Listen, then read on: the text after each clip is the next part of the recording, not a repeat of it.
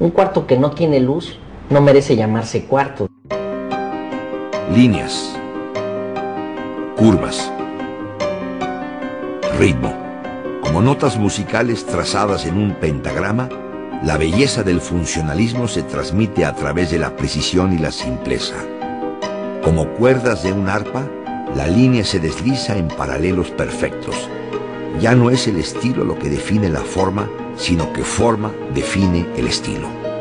Como la curvatura de un tambor, la eficiencia de la estructura toma primer plano y el decorado desaparece para exponer las partes funcionales. El sonido del violonchelo y el piano eran parte de la infancia del arquitecto Mario Pani, quien realizó el Conservatorio Nacional de Música en 1946. Él comprendía las necesidades del músico y la forma en la que se comporta el sonido. En este edificio, Pani plasmó en una traducción arquitectónica de la música ritmos, cadencias y remates. El arquitecto tuvo una prolífica carrera que ensalzó su estilo funcional a distintas escalas. Los primeros multifamiliares y condominios de la Ciudad de México se atribuyen a Pani. La Escuela Normal de Maestros da indicios de su inspiración por las alturas al diseñar una gran torre al centro del edificio. El anfiteatro lo decora un mural de Orozco de 380 metros cuadrados llamado Alegoría Nacional.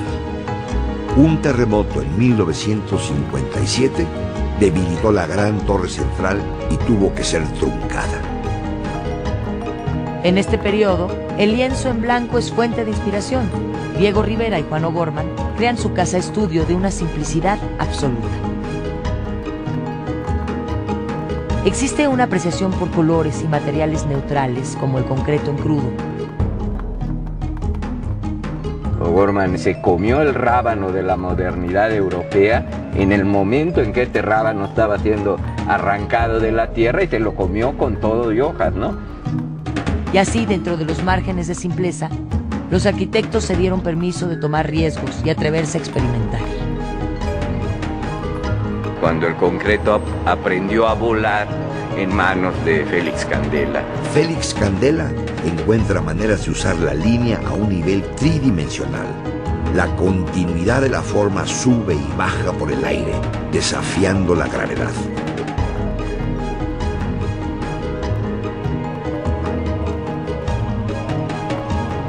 En la iglesia de la Medalla Milagrosa, Candela crea triángulos que proporcionan un silencioso dinamismo a la estructura.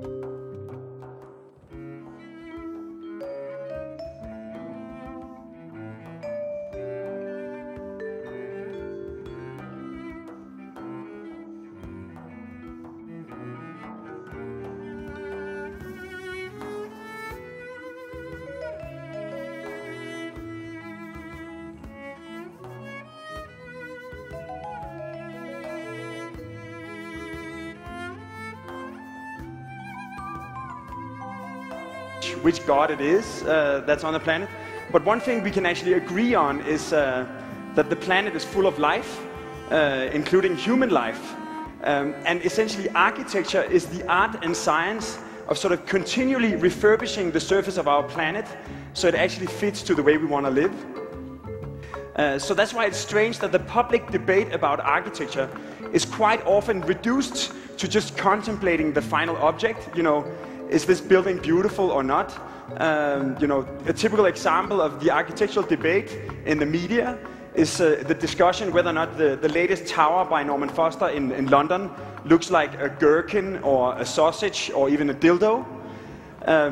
So recently we tried to ask ourselves if there was a way you could actually tell the stories about how architecture evolved into the way it is, which processes from society, which forces have actually shaped the building and made them what they are. So we tried to see if we could actually find a way of telling stories with architecture. And we found out that we didn't actually have to invent a media. It already existed in the form of a comic book. Because essentially a comic book uses images, drawings, speech bubbles, text boxes to tell stories. So we made a comic book about architecture telling the story about how 30 of our ideas evolved. We called this comic book Yes is More, which is essentially an evolution of the ideas of some of our architectural heroes, starting with Mies van der Rohe's Less is More, the phrase that started modernism, but that quickly degenerated into this sort of minimalistic aesthetic. It triggered the postmodern counter-revolution with Robert Venturi saying less is a bore. Why do all modern buildings have to be boring boxes? Then Philip Johnson came saying I'm a whore, sort of essentially introducing the potential of promiscuity or at least openness to new ideas. Philip Johnson died a few years ago and he left an estate in New Canaan with 14 different buildings, all of them radically different. They looked like they had been designed by completely different architects. They were all designed by him. So of course, as life evolves, so should architecture. Then comes Barack Obama saying, yes, we can. And most interesting for us, this idea that he was running as an opposition against an existing, quite unpopular president. And it would have been very easy to take the classic position of the opposition, which is the sort of negative statement saying the opposite of the previous president. But instead he said, you know, there are no red states of America, there are no blue states of America.